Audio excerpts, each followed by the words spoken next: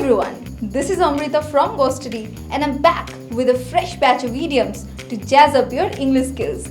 Number 1. Out of the blue. Sounds colorful, isn't it? Well, it means something happened suddenly. Yesterday, my friend Karthik decided out of the blue that he would go on an all-India bike tour. Number 2.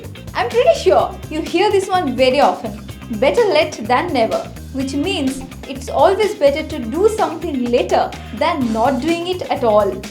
After missing the deadline by 2 days, I finally submitted my assignment today. Better late than never, right? Number 3. Under the weather.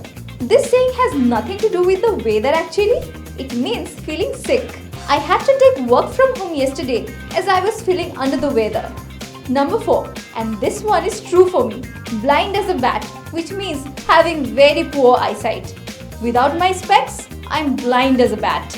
And finally, number 5. Pull an all-nighter, which means to stay up late all night, either to study or work.